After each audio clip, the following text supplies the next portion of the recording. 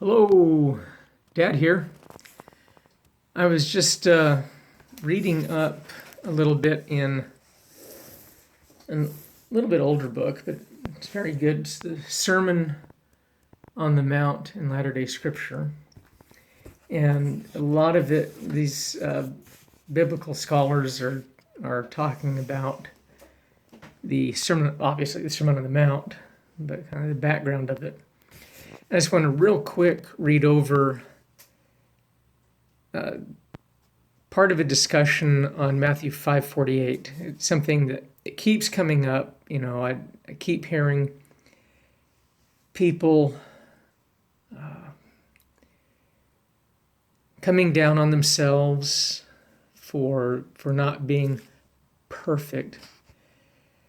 So I want to read this real quick so it's not just always Dad droning on about, what his interpretation of perfection might mean. So this is from an article or a paper that was delivered by Eric D. Huntsman on the six antitheses. It's talking about in Matthew 5:48, and it's just two quick paragraphs. It says, following the conclusion of the antitheses, Matthew 5 ends with what is sometimes known as the Great Injunction. Be ye therefore perfect, even as your Father which is in heaven is perfect. It's Matthew 5:48. The word translated as be is, and I can't pronounce this properly, but esthi, a future form usually taken to be an imperatival future. There is precedent for this just a few verses before when Jesus enjoined, love your enemies. Also, an imperatival future. But this form could also be a predictive future, meaning that if we live according to the antitheses, we will, in due course, become perfect. To be perfect here, however, does not necessarily connote being morally flawless, at least not in this life. As discussed elsewhere in this volume, the word translated perfect is teleos, meaning complete, full-grown, or mature, suggesting that disciples are to become mature spiritually in their walk with Christ.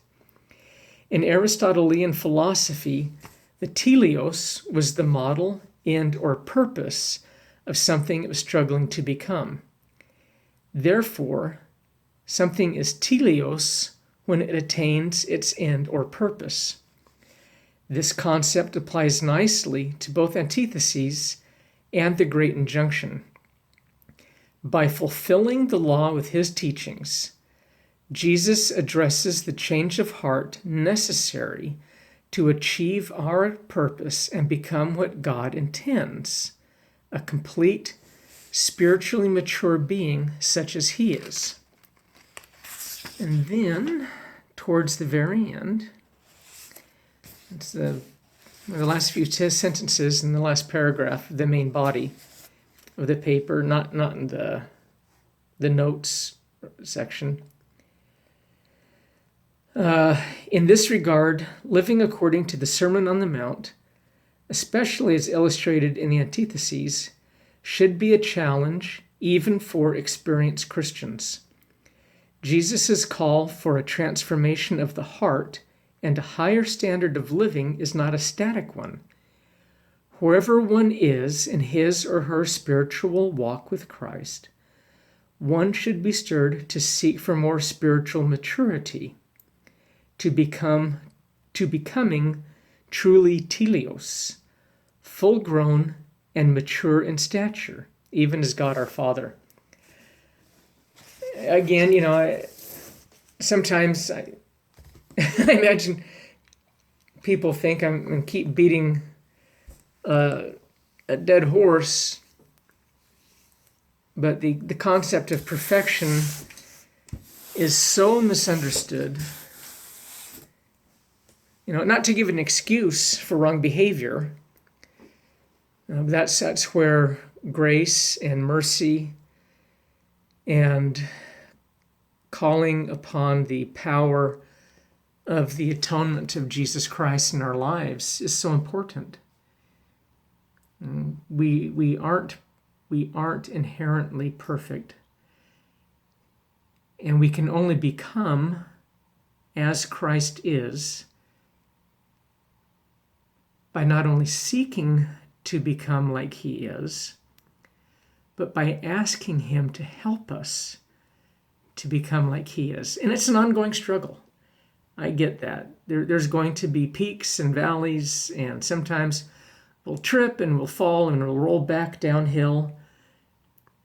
We just got to pick ourselves up, ask for help, grab that hand that's, extended down to us, reach onto it. I just thought about an interesting parallel there with temple covenants, about grasping that hand that's extended out to us. Anyway, it's an interesting ride. Love you guys. Have fun. Bye-bye.